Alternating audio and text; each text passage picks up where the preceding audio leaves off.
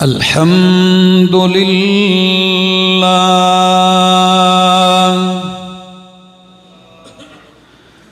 الحمد لله رب العالمين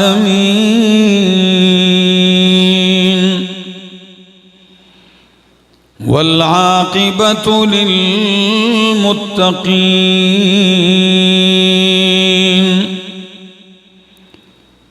والصلاة والسلام على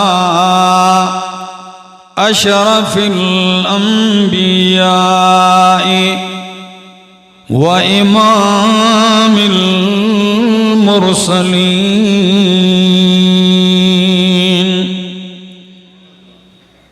وعلى آله وأصحابه وأهل بيته أجمعين أما بعد فأعوذ بالله من الشيطان الرجيم بسم الله الرحمن الرحيم يا أيها الذين آمنوا توبوا إلى الله توبة نصوحا وقال تعالى ألم يعلموا أن الله هو يقبل التوبة عن عباده ويأخذ الصدقات وأن الله هو التواب الرحيم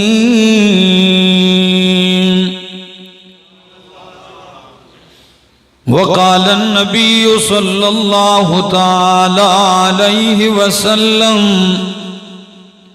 كل بني آدم خطاء وخير الخطائين التوابون وقال النبي صلى الله عليه وسلم التائب من الذنب كمن لا ذنب له سبحان ربك رب العزة عما يصفون وسلام على المرسلين والحمد لله رب العالمين انتہائی قابل عزت قابل احترام ذی قدر وذی وقار بزرگوں بھائیوں عزیزوں نوجوان ساتھیوں السلام علیکم۔ التجا ہے دربار الہی کے اندر کہ اللہ مجھے حق سچ کہہ سکنے سمجھا سکنے کی توفیق نصیب فرمائے اور بعد ازاں مجھے اور آپ سب کو عمل کی بھی توفیق نصیب فرمائے۔ امت مسلمہ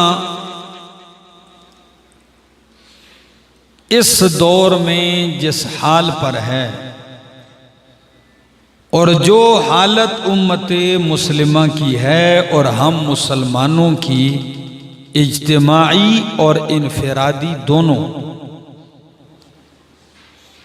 یہ حالت زار ہے اور ہمیں اس حالت کو بدلنا پڑے گا کہ مومن کمزور ہیں، ضعیف ہیں، اللہ کی طرف سے بھی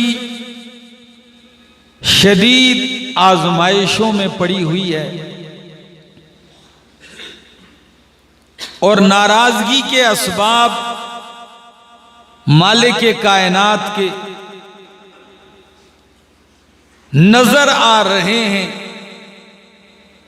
سردی کا موسم یوں ہی گزر گیا اور بارش نہیں ہو رہی۔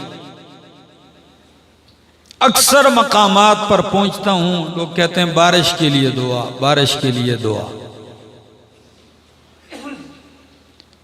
آسمان رکا ہوا ہے، اوپر سے باران رحمت نہیں برس رہی، لیکن ہماری یہ حالت اور غفلت کا اندازہ لگائیے، سب کچھ ہونے کے باوجود ہم اتنے غافل ہیں کہ ہمیں پرواہ تک نہیں ہے، سوچ تک نہیں ہے۔ ہم رات کے اندھیروں میں بھی گناہ کرتے ہیں، دن کے اجالے میں بھی گناہ کرتے ہیں، برسر عام بھی کرتے ہیں، خلوتوں میں بھی، تنہائیوں میں بھی ڈوبے ہوئے ہیں گناہوں میں۔ ہر شخص غرق ہے، اور کسی کی زبان پر دل کے صدق کے ساتھ یہ نہیں آتا کہ اللہ مجھے اعتراف ہے کہ میں گناہگار ہوں، میری توبہ ہے، معاف کر دے۔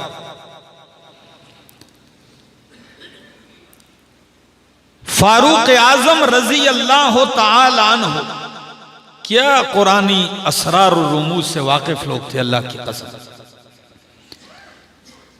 خلیفہ ہیں، 22 لاکھ مربع میل پہ خلافت نافذ کرنے والے، اسلام کا پرچم لہرانے والے۔ جمعے کا دن ہے، کہا جا رہا ہے حضرت استسقاء کی ضرورت ہے، بارش کی طلب چاہیے، بارش کی ضرورت ہے۔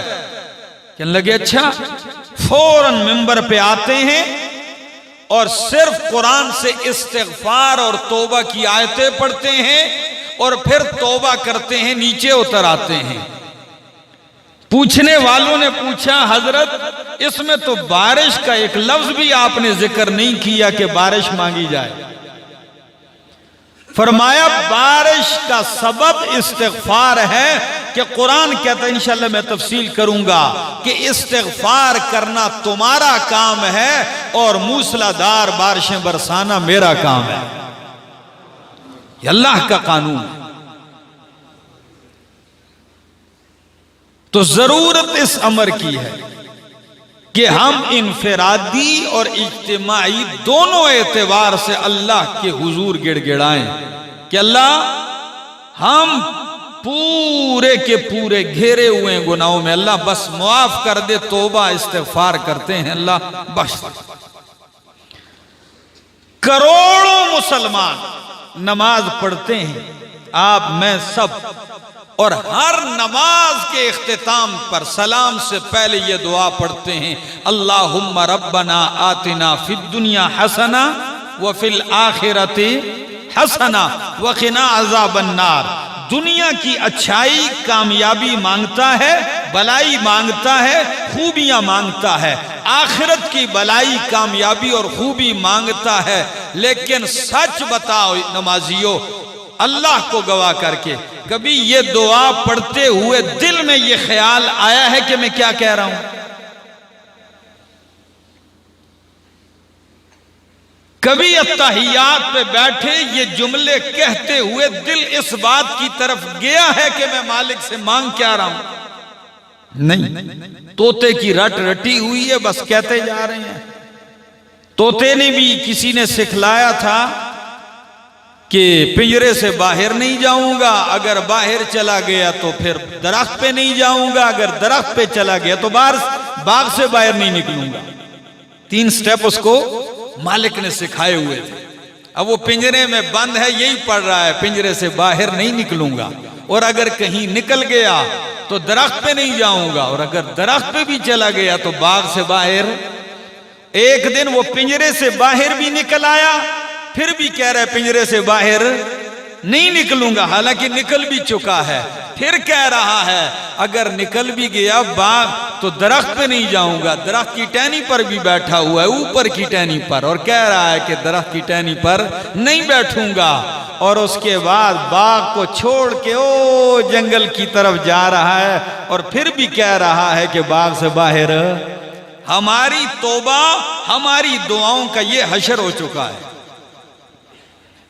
آئیے قرآن مقدس کیا کہتا ہے ذرا دیکھیے۔ مایوسی نہیں لیکن رغبت ضرور ہے۔ کیا؟ رغبت ضرور ہے. قرآن کیا کہتا ہے؟ لا تقنطوا من رحمت اللہ، لا تقنطوا من رحمت اللہ. او کائنات کے مسلمانوں، مومنوں، اللہ کی رحمت سے نا امید نہ ہو، مایوس نہ ہو. سورت کا نام سورت زمر ہے، آیت نمبر 52-53 ہے. قرآن کہتا ہے لا تقنطوا من رحمت اللہ. اور میں آیت پڑھتا ہوں، اعلان تو سنو مومنوں. قرآن کہتا کیا ہے؟ قل یا عبادی الذین اسرفوا علی انفسہم. قل میرا پیغمبر اعلان کر دیجئے، یا عبادی الذین، میرے وہ بندو، او میرے وہ بندو. کون سے بندو؟ الذین اسرفوا علی انفسہم، پرہیزگار، متقی، جو گناہوں سے بالکل بچے ہوئے نہیں، ان کو یہ اعلان نہیں کیا جا رہا. جو گناہوں میں لت پت ہیں، جو گناہوں میں ڈوبے ہوئے ہیں، جو گناہوں میں آلودہ ہے، ان سے خطاب ہے. یا عبادی الذین اسرفوا علی انفسہم، جنہوں نے زیادتیاں کی ہیں اپنے اوپر، گناہ کر کر کے اپنے لیے جہنم تیار کر رکھی ہے. اپنے وجود پر کیا کیا ہے انہوں نے؟ ظلم زیادتی کی ہے. ان سے میرا پیغمبر کہہ دیجئے، کیا کہہ دیجئے؟ لا تقنطوا من رحمت اللہ. اپنے گناہوں کے انبار کو دیکھ کر میری رحمت سے نا امید نہ ہو کہ جی میں تو بڑا گناہگار ہوں، پتہ نہیں مالک بخشے گا بھی کہ نہیں. جی میں گناہگار ہوں، بس میں توبہ نہیں کرتا، کیونکہ اب تو میں زندگی ساری گناہوں سے لت پت کر دیے، بھر دیے، ساری زندگی گناہوں میں گزار دی. فرمایا لا تقنطوا من رحمت اللہ، اللہ کی رحمت سے نا امید نہ ہو. ٹھیک ہے تیرے گناہ زیادہ ہوں گے، سمندر کی جھاگ سے زیادہ ہو جائیں گے، ہاں بارش کے قطروں سے زیادہ ہو جائیں گے، ریگستان کی ریت سے زیادہ ہو جائیں گے، ساری خلا اور فضا پر ہو جائے گی، بہت زیادہ ہو جائیں گے، لیکن میری رحمت کے ایک قطرے کا بھی مقابلہ نہیں کر سکتے.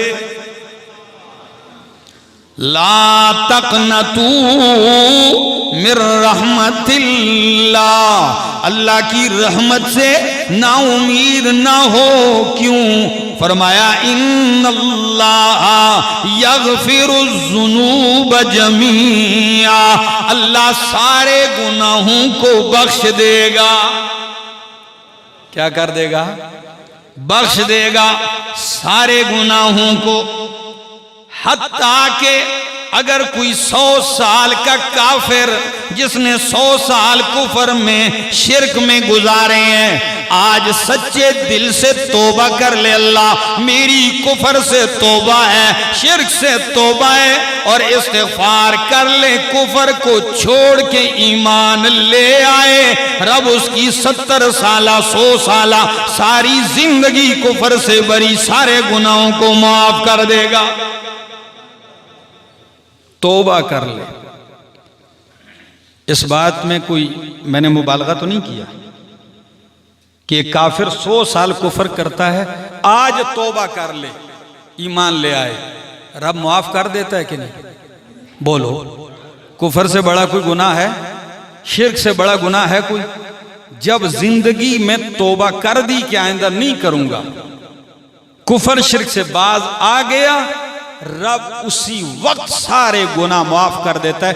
الاسلام یہدم ما کان قبلہ، سارے معاف کر دیتا ہے. ہری پور والوں میں جواب لینا چاہتا ہوں، یہ بات سچ ہے؟ بولو سچ ہے؟ اگر یہ سچ ہے کہ 100 سالہ کفر بھی توبہ سے کہ آئندہ کے لیے باز آ جائے اور توبہ کر لے، ایمان لے آئے، معاف کر دیتا ہے، تو باقی تیرے چھوٹے موٹے جو گناہ ہوتے ہیں تو سچی توبہ کرے گا، رب نہیں معاف کرے گا؟ وہ کہاں ٹھہر سکتے؟ فرق کیا ہے؟ فرق ہے، پتہ ہے، جب ایک کافر کفر اور شرک کو چھوڑ کے توبہ کرتا ہے نا، تو اس وقت دل کی گہرائی سے وہ توبہ کرتا ہے، اور ہماری جو توبہ ہوتی، مومن جو توبہ کرتا ہے وہ پتہ ہے تسبیح ہاتھ میں ہے، اللہ معاف کرے ہے غیبت ہی بن دی پر پھر بھی لگا ہوا ہے، کہتے ہیں کہ نہیں؟ یہ بھی کہتے ہیں اللہ معاف کرے ہے غیبت بن رہی ہے لیکن پھر بھی کپڑے دھو رہا ہے۔ ہاں اور پٹھان اللہ دے معافیوں کی خدا خلق دے سیدھے سیدھی، ہاں پھر لگا ہوا ہے لوگوں کے کپڑے دھو رہا ہے اور تسبیح رول رہا ہے، یہ توبہ ہے۔ سن لیجئے امام قرطبی رحمہ اللہ نے کتنا پیارا جملہ لکھا ہے، وہ فرماتے ہیں توبہ کہہ رہا ہے استغفر اللہ زبان سے کہہ رہا ہے، اور گناہ میں اس وقت بھی مبتلا ہے، ڈوبا ہوا ہے، یہ بھی کہہ رہا ہے، اس سے باز بھی نہیں آ رہا، لگا ہوا ہے، اور یہ جملہ بھی کہہ رہا ہے، تو کہتے ہیں یہ استغفار نہیں بلکہ استغفار کے ساتھ مذاق ہے، استہزاء ہے۔ اور پھر آگے آیت لکھی ہے کہ اللہ فرماتے ہیں لا تتخذوا آیات اللہ ہزوا، اللہ کی آیتوں کو مذاق نہ بناؤ۔ یہ تو اس زمرے میں آ رہا ہے کہ آیت میں قرآن کہتا ہے استغفار کرو، تو اس استغفر اللہ کہتا ہے اور باز نہیں آتا۔ اور ایک اور پیارا جملہ کہا کہ کئی لوگ استغفار کرتے ہیں اور گناہ بھی اسی وقت جاری ہے اور استغفار بھی کر رہا ہے، تو کہتے ہیں یہ استغفار اس لائق ہے کہ اس استغفار کے لیے استغفار چاہیے۔ پتہ نہیں بات سمجھے کہ نہیں؟ یہ تیرا استغفار اس وقت کے گناہ میں پڑے ہوئے جو استغفار کر رہا ہے، اس استغفار کے لیے بھی استغفار چاہیے۔ ہماری حالت کیفیت یہ بن چکی ہے، اللہ کرے کہ ہم نکلیں اس سے، اللہ کی رحمت کے مستحق بنے ہم، مایوسی کو توڑیے، سچے دل سے تائب ہو جائیے، رب توبہ قبول کرنے والا ہے۔ یا اللہ توبہ کیسی ہونی چاہیے؟ فرمایا طریقہ بتایا، سورۃ التحریم 28واں پارہ آیت نمبر 8، فرمایا یا ایوہ الذین آمنوا، میں نے کہا مومن عموماً توبے میں ایسے کرتے ہیں نا، تو مومنوں کو خطاب ہے، یا ایوہ الذین آمنوا، اے ایمان والو، توبو الاللہ توبۃ نصوحا، توبہ کرو اللہ کی طرف، کیسی توبہ؟ توبۃ نصوحا، خالص اور اخلاص کے ساتھ توبہ۔ توبۃ نصوحا کیا ہے؟ 3 شرطیں ہیں اس میں، کتنی؟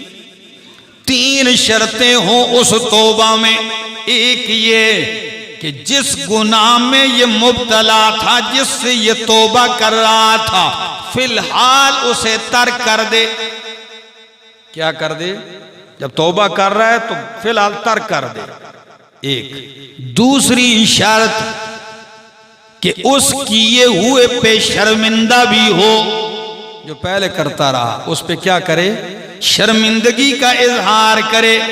یہ نہیں کہ محفل میں بیٹھے ہوئے اتنا موڈ میں آ گیا کہ اپنے گناہ بھی فخر سے گنوا رہا ہے۔ لوگ دیکھیں نا ایسے، وہ بادشاہ ہو جی آسانی ہے جی زندگی گزاری ہے، کام کر دے رہی ہے، وہ فخر سے گنواتے ہیں گناہ۔ نہیں، فی الحال ترک کر دے، کیے ہوئے پہ شرمندہ ہو۔ تیسری شرط کہ آئندہ نہ کرنے کا پکا اور پختہ ارادہ اور عزم کر لے۔ اگر کیے پہ شرمندہ بھی نہیں تو یہ توبہ نہیں، فی الحال گناہ چھوڑا بھی نہیں اور کر رہا ہے استغفار، گناہ بھی کر رہا ہے، تو یہ استغفار کے ساتھ مذاق ہے، اور آئندہ نہ چھوڑنے کا ارادہ بھی ہے کہ آئندہ بھی گناہ چھوڑوں گا نہیں۔ تو جب آئندہ کا یہ ارادہ ہے تو یہ تو اللہ کے غضب کو للکار رہا ہے۔ کتنی شرطیں؟ ترک کر دے، کیے ہوئے پہ شرمسار ہو جائے اور آئندہ نہ کرنے کا ارادہ کر لے۔ جب ایسی توبہ کرے گا تو پھر ان کے لیے قرآن کہتا ہے اولئک الذین، یہی لوگ ہیں یبدل اللہ سیئاتہم حسنات، اللہ ان کے گناہوں کو نیکیوں میں بدل دیتا ہے۔ توبہ کیجئے، استغفار کیجئے، پھر اس کے دیکھیے، پھر رب کی رحمت کے کرشمے تو دیکھیے۔ اور ایک دوسرا انداز قرآن کریم، یہ میرے سامنے سورت کا نام سورت توبہ ہے، 11واں پارہ ہے اور آیت نمبر ہے 104، سورت توبہ آیت 104۔ قرآن کیا کہتا ہے؟ آپ کو اعلان کرتا ہے، بتلاتا ہے، فرمایا علم یعلمو، علم یعلمو، کیا یہ لوگ نہیں جانتے کہ ان اللہ هو یقبل التوبۃ عن عبادہ، کہ بے شک اللہ اپنے بندوں کی توبہ قبول کرتا ہے۔ اس استفہام کو بلا کیا کوئی سمجھے کتنی گہرائی ہے؟ کیونکہ پہلے آپ کو سمجھایا، کیا کہا؟ فرمایا میرا پیغمبر ان سے کہہ دیجئے رحمت سے مایوس نہ امید، رب معاف کر دے گا۔ ادھر پھر فرمایا علم یعلمو، کیا یہ نہیں جانتے، ان کو ابھی تک یہ علم اور یقین نہیں ہے کہ ان اللہ، کہ بے شک اللہ ہوا یقبل التوبۃ عن عبادہ، کہ وہ اپنے بندوں کی توبہ قبول کرتا ہے، وَيَأْخُذُ الصَّدَقَاتِ، وہ بندوں سے صدقہ لیتا ہے یعنی قبول کرتا ہے۔ اس یأخذو میں پتہ ہے اتنا گہرا معنی ہے، حالانکہ کہنا تو ادھر بھی یہی چاہیے تھا کہ توبہ قبول کرتا ہے اور صدقہ، لیکن قبول کا لفظ نہیں استعمال کیا۔ کیا استعمال کیا؟ لینے کا استعمال کیا۔ یہ مبالغے کے اوپر غور کرو گے تو مزہ آئے گا۔ وہ کیا ہے؟ یعنی صدقہ کرنے والا یہ جان لے کہ میرا صدقہ فقیر کے ہاتھ میں پڑنے سے پہلے رب کے ہاتھ میں پڑ جاتا ہے۔ کیا کہنے؟ اگر یہ یقین پیدا ہو تو تیرا صدقہ بھی کتنے کمال کا ہو کہ تیرا صدقہ فقیر مسکین کے ہاتھ میں پڑنے سے پہلے رب کے ہاں پڑ جاتا ہے، رب لے لیتا ہے۔ وَيَأْخُذُ الصَّدَقَاتِ وَأَنَّ اللَّهَ هُوَ التَّوَّابُ الرَّحِيمُ، اور بے شک اللہ توبہ قبول کرنے والا مہربان ہے۔ اب توبہ کا حدیث بھی سن لیجئے، رب العالمین نے بندے کی توبہ کا ذکر قرآن میں کر دیا۔ اب امام الانبیاء کا فرمان سن لیجئے، فرمایا اللہ اشد فرحا بتوبت عبدہ حین یتوب الیہ۔ اس مثال کو سمجھو گے تو آپ کے دل میں خود ہی تیاری آ جائے گی، اللہ کہ اگر تو اتنا خوش ہوتا ہے تو میں تو تیری خوشی کے لیے پھر رہا تھا، تو اس پہ اتنا خوش ہوتا ہے، میں انتظار ہی نہیں کرتا ہوں، ربا میری توبہ ہے معاف کر دے۔ وہ کیا ہے؟ یہ مسلم شریف کی حدیث پڑھتا ہوں، ذرا اس مثال کو سمجھیے۔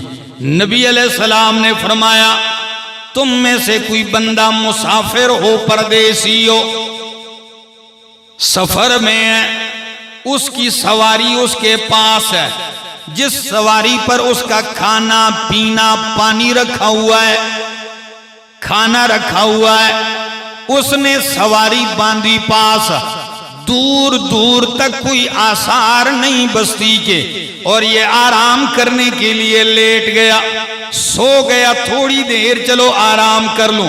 خوب آرام کرنے کے بعد جب اس نے آنکھ کھولی تو نہ سواری ہے، نہ سواری کے اوپر رکھی ہوئی جو وہ خوراک اور پانی کچھ بھی موجود نہیں ہے، سواری غائب ہے۔ جب یہ حال دیکھا تو اب کہتا ہے اگر پیادل دوڑوں، ادھر دوڑوں، پانی کا کوئی پتہ نہیں، کھانے کا منزل بھی نہیں، کسی جانب بالکل گھیرا ہوا ہے۔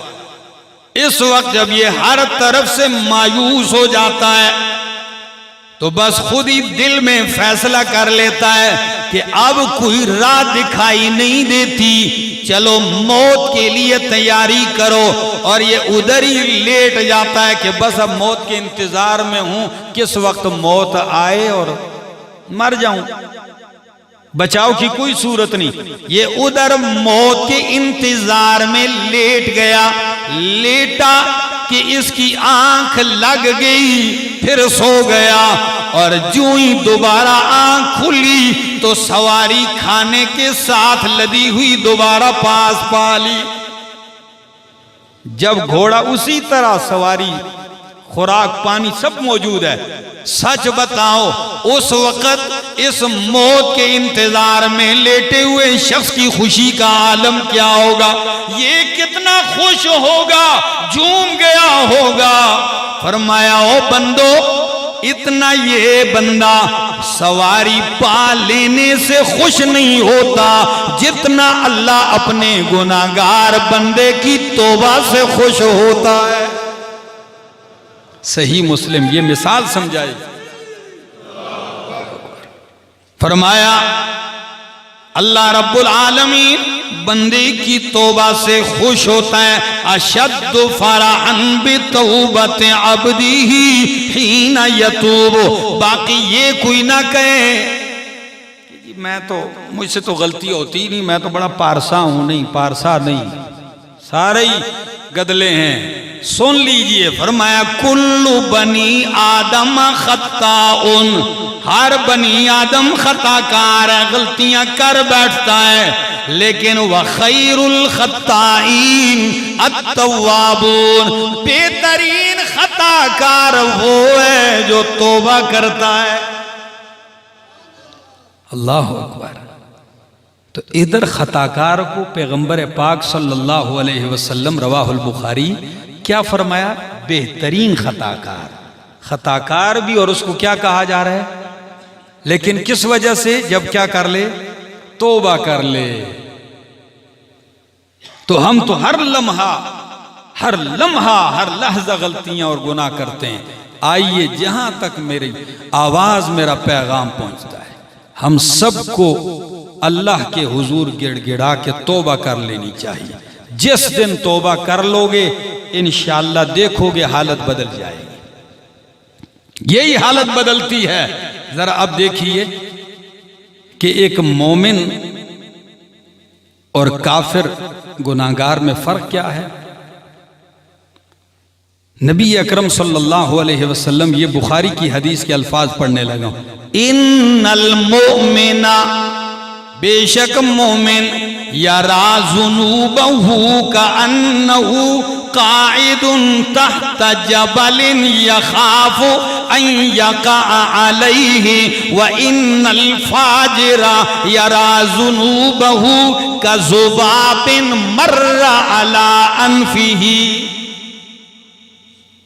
فرمایا پرہیزگار مومن اپنے گناہ کو یوں دیکھتا ہے کہ جیسے کوئی پہاڑ ہے، یہ اس کے نیچے بیٹھا ہے، وہ اس کے اوپر گرنے والا ہے، مر جائے گا نیچے، پہاڑ گر رہا ہے اس پر، وہ اپنے گناہوں کو یوں دیکھتا ہے۔ اور فاجر، باغی بندہ، وہ گناہ کرتا ہے اور کیا سمجھتا ہے؟ جیسے ناک پہ مکھی بیٹھی یوں کر کے اڑا لی، پرواہ نہیں، مکھی آئی یوں کی اڑ گئی۔ میرے دوستو، ہماری حالت یہ بن چکی ہے، ہم گناہ کرتے ہیں اور اس کو گناہ سمجھتے بھی نہیں ہیں، اتنے دلیر ہو چکے ہیں۔ آئیے آئیے دل سے گڑ گڑائیے اپنے مالک کے ہاں۔ قرآن کریم نے توبہ کے کچھ اصول بتائے ہیں، وہ ذرا میں بتاتا ہوں۔ فائدے بھی ذکر کیے ہیں۔ فائدہ کیا ذکر کیا ہے؟ یہ میرے سامنے اللہ کا قرآن ہے، 29واں پارہ ہے، سورت کا نام سورت نوح ہے۔ 29واں پارہ سورت نوح۔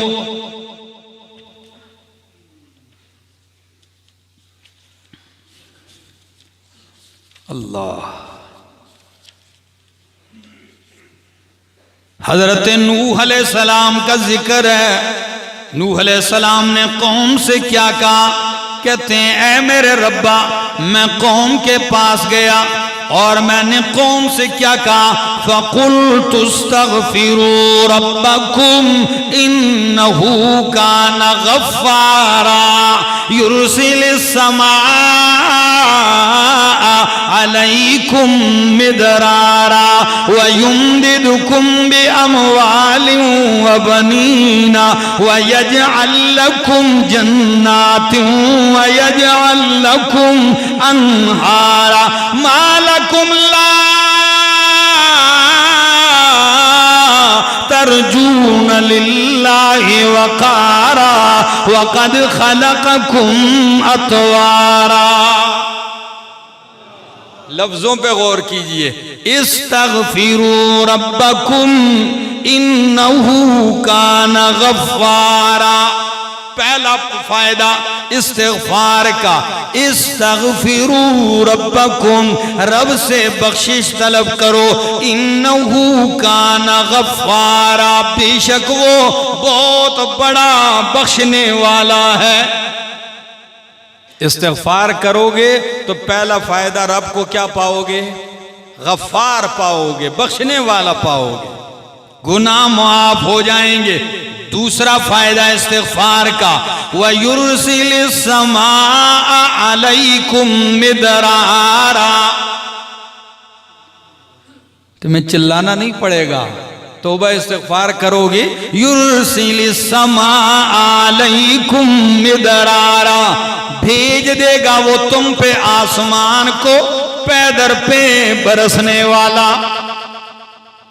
آسمان برسے گا، اور مدرارہ ایسے برسنے کو نہیں کہتے کہ طوفان آ جائے، سیلاب آ جائے، نہیں، مدرارہ ایسے برسنے کو کہتے ہیں جب ضرورت ہوگی تو خوب برسے گا۔ جب ضرورت ہوگی تو، جس کو کسان ہمارے ہندکوں کی بولی والے کہتے ہیں کہ وہ برد ہے، جب ضرورت ہو فصل کو اور بارش برسے تو کیا کہتے ہیں زمیندار؟ کیا ہو برد ہے، یعنی یہ تو دیسی گھی برس رہا ہے۔ تو یرسل السماء علیکم مدرارا، دوسرا فائدہ آسمان برسے گا، بارشیں ہوں گی۔ بتاؤ نا کتنے مہینے گزر چکے ہیں، دن گزر چکے ہیں، بارش بند ہے۔ میری اور آپ کی حالت کیا ہے؟ بلکہ ایک بندے سے میں نے کہا اللہ کرے بارش، کہنا جی ہوں گرمی میں چی ہوئے۔ میں نے کہا کیوں؟ کہتا ہے سردی ہے۔ میں نے کہا تو سردی تو بارش نہیں بھی تب بھی ہے۔ اللہ، سوچ ہماری اتنی کم ہو چکی، سوچتے ہی نہیں، پتہ نہیں ہم کیا کہہ رہے ہیں، کیا کہہ رہے ہیں، کیا کر رہے ہیں۔ یرسل السماء علیکم مدرارا، استغفار کا پہلا فائدہ گناہ بخش دے گا، دوسرا فائدہ بارشیں برسائے گا، تیسرا فائدہ وَيُمْدِدُكُمْ بِأَمْوَالٍ وَبَنِينَ، تمہارے مال اور بیٹے زیادہ کر دے گا۔ اور امام قرطبی نے ایک اتنا پیارا جملہ لکھا، فرمایا چونکہ لوگوں کا مزاج ہے، اللہ نے اولاد کا لفظ نہیں استعمال کیا، کیونکہ اولاد میں بیٹے اور بیٹیاں دونوں آتی ہیں، تو کئی لوگ بیٹی کو نہیں چاہتے بلکہ التجا کیا کرتے ہیں کہ کیا ہو؟ بیٹا ہو جوان ہو، تو رب نے تمہارے مزاج کا لحاظ کرتے ہوئے فرمایا یمددکم باموال و بنینا، میں بیٹے بھی زیادہ کر دوں گا، مال بھی زیادہ کر دوں گا، تمہیں منصوبہ بندی کی ضرورت نہیں پڑے گی کہ جی بچے زیادہ ہوں گے تو کھائیں گے کہاں سے۔ رب نے مال پہلے ذکر کیا اور بچے بعد میں ذکر کیے، بیٹے پہلے بیٹوں کے آنے سے پہلے میں ان کی روزی کا بھی انتظام کر دوں گا۔ یمددکم باموال و بنین، تو جن کی اولاد نہیں، لوگ کہتے ہیں میری نرینہ اولاد ہو، کوئی وظیفہ بتا دیں، تو نرینہ اولاد کا سب سے بہترین وظیفہ رب سے استغفار کرو، دل کے ساتھ، توجہ کے ساتھ، خلوص کے ساتھ استغفار کرو، پھر رب سے بیٹا مانگو، رب دے گا۔ یہ قرآن کا طریقہ ہے۔ تیسرا فائدہ فرمایا وَيَجْعَلْ لَكُمْ جَنَّاتٍ، اللہ تمہارے لیے باغات بنا دے گا۔ اب یہ لفظ دنیا کے لیے بھی بہتر ہے کہ دنیا میں باغ پھل پھول بارش ہوگی تو باغات سرسبز و شاداب ہو جائیں گے، وَأَنْهَارًا، اور نہریں اور چشمیں جاری ہو جائیں گی۔ اور آخرت کے لیے بھی کہ دنیا میں پکی توبہ کرے گا، استغفار کرے گا تو جنت کے باغوں اور جنت کی نہروں کے مستحق بن جاؤ گے۔ اور چوتھا فائدہ فرمایا، یہ 4 فائدے ذکر کیے، چوتھا فائدہ ایک دوسرے مقام پہ ذکر کیا، وہ کیا ہے؟ فرمایا وہ سورت کا نام سورت انفال آیت 33 ہے، ادھر فائدہ ذکر کیا، فرمایا ما کان اللہ معذبہم وہم یستغفرون، اگر یہ استغفار کریں گے تو رب عذاب اور بلائیں ٹال دے گا۔ رب ان کو عذاب نہیں دے گا اگر یہ کیا کریں گے؟ استغفار کریں گے۔ میں نے استغفار کہا ہے، استغفار کے ساتھ مذاق نہیں کہا، جو ہم کر رہے ہیں وہ استغفار نہیں، وہ مذاق ہے۔ ہمارے ہندکوں کی بولی کا محاورہ ہے نا، ہے کوا کان، چونچ بھی گند میں مارتا ہے اور پھر اس کے چھنڈے بھی دیتا ہے، ایسے جھٹکتا بھی ہے، ٹھیک ہے نا، کہ گندا ہو رہا ہے، پھر گندگی میں مار رہا ہے، پھر ایسے ایسے کرتا ہے۔ نہیں، پکا تائب ہو جائے، چھوڑ دیجئے، باہر آ جائیے، توبہ کیجئے۔ اللہ ہمیں معاف فرمائے۔ فرمایا ما لکم لا ترجون للہ وقارا، توبہ کیوں نہیں کرتے ہو، استغفار کیوں نہیں کرتے ہو کہ بارشیں بھی برسیں، نہریں بھی جاری ہوں، بلائیں بھی ٹل جائیں، اولاد بھی مل جائے، مال بھی مل جائے، اتنی چیزیں دیتا ہے، رب بھی خوش ہوتا ہے، پھر استغفار کیوں نہیں کرتے ہو؟ ما لکم لا ترجون للہ وقارا، تمہیں کیا ہو گیا؟ تم رب کی عظمت کا عقیدہ نہیں رکھتے ہو۔ لا ترجون للہ وقارا، وقار عزت اور عظمت کو کہتے ہیں، ترجون کے 2 معنی کرتے ہیں، ایک یہ کہ تم رب کی عظمت کی امید، رب کی عظمت سے ڈرتے کیوں نہیں ہو؟ اتنا عظیم عظمت والا رب ہے، استغفار نہیں کرتے ہو؟ تمہیں رب کی عظمتوں سے ڈر نہیں لگتا کہ وہ پکڑ لے گا؟ ڈریے، اس کی عظمتوں کا عقیدہ رکھیے۔ ما لکم لا ترجون للہ وقارا۔ اب آپ کہیں گے استغفار کرنے کو تیار ہیں، کوئی جملہ تو بتا دیجئے کہ اس جملے کے ساتھ استغفار کریں۔ کیا خیال ہے جی؟ ڈاکٹر صاحب اکثر مجھ سے فون پہ پوچھتے رہتے ہیں، میسج پہ، تو انہی کے سوال کا جواب ہے۔ وہ کون سے الفاظ ہیں تو سن لیجئے۔ اللہ کے پاک پیغمبر صلی اللہ علیہ وسلم کی زبان مقدس سے کئی جملے ارشاد فرمائے آپ نے، استغفار کے کئی کلمات ہیں۔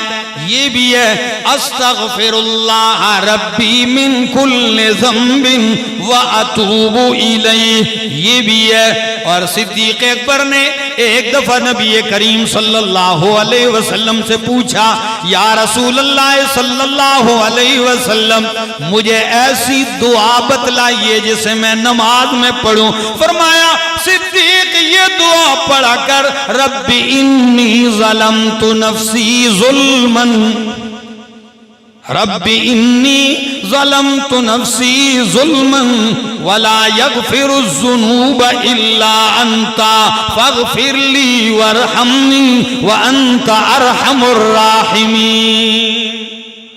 اللہ مجھ سے غلطیاں ہوئی ہیں، اپنی جان پہ ظلم کر بیٹھا ہوں، تیرے سوا کوئی بخشنے والا نہیں، اللہ معاف کر دے۔ تو یہ بھی کلمات ہیں۔ اور سید الاستغفار بتلانے لگا ہوں۔ استغفار میں بھی کون سے استغفار؟ جو بخشش کی دعائیہ کلمات ہیں نا مغفرت کی، ان کی سردار دعا۔ لیکن یہاں یہ لفظ بھی یاد رکھیے کہ جو آپ استغفار کے الفاظ کہیں اس کا معنی بھی آپ کو آتا ہو۔ تو سید الاستغفار کیا ہے؟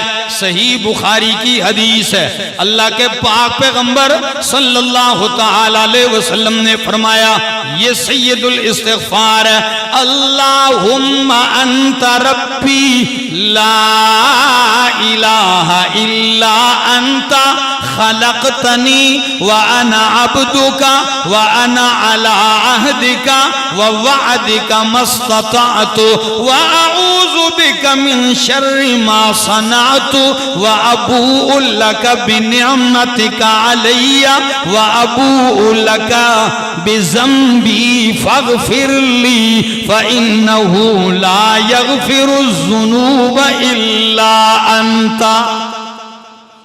یہ سید الاستغفار ہے۔ سید الاستغفار کیسے ہے؟ فرمایا جو بندہ یہ یقین کے ساتھ صبح پڑھ لے گا تو شام سے پہلے اگر موت آ گئی تو بندہ جنتی ہے، اگر شام کو پڑھ لے اور صبح سے پہلے موت آ گئی رات میں تو یہ بندہ جنتی ہے۔ اب معنی سمجھیے ذرا۔ فرمایا اللہم انت ربی۔ میرے دوستو آپ مجھے اکثر کہتے ہیں آپ توحید کی بات کرتے ہیں، اللہ کی قسم کوئی سر درد کی دعا بھی اگر تمہیں سنت میں نظر آئے گی تو اس میں بھی توحید ہو۔ بیت الخلاء سے نکلنے کی دعا بھی پڑھو گے تو اس میں بھی توحید ہے، مسجد میں داخل ہوتے دعا بھی پڑھو گے اس میں بھی توحید ہے۔ توحید کے بغیر تو عمل ہے ہی کچھ نہیں۔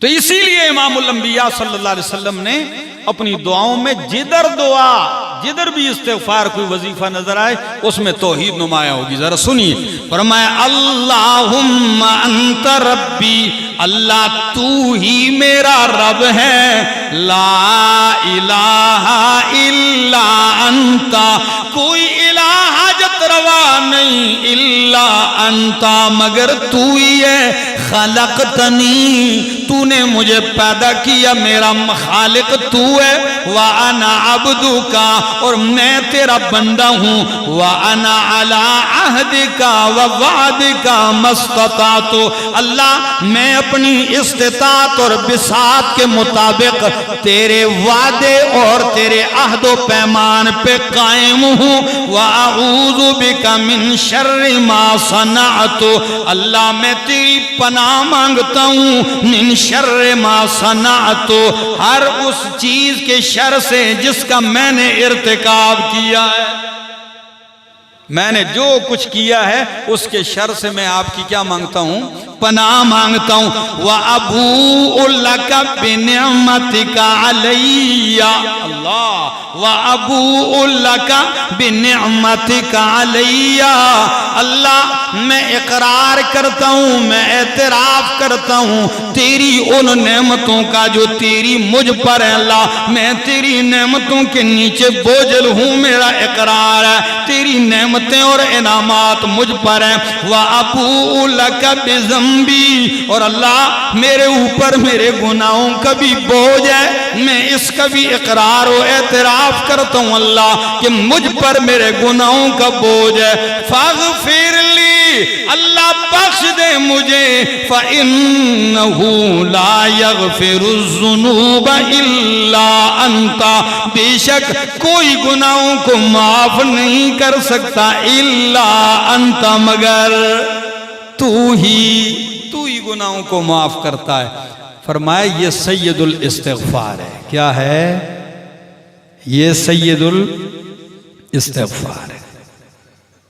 حضرت علامہ ابن قیم رحمہ اللہ پتہ ہے کیا جملہ کہتے ہیں اس میں؟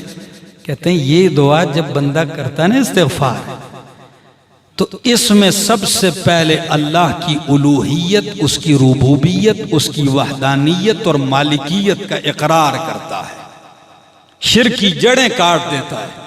اس کے بعد اپنی عبدیت، اپنی کمزوری کا اظہار کرتا ہے۔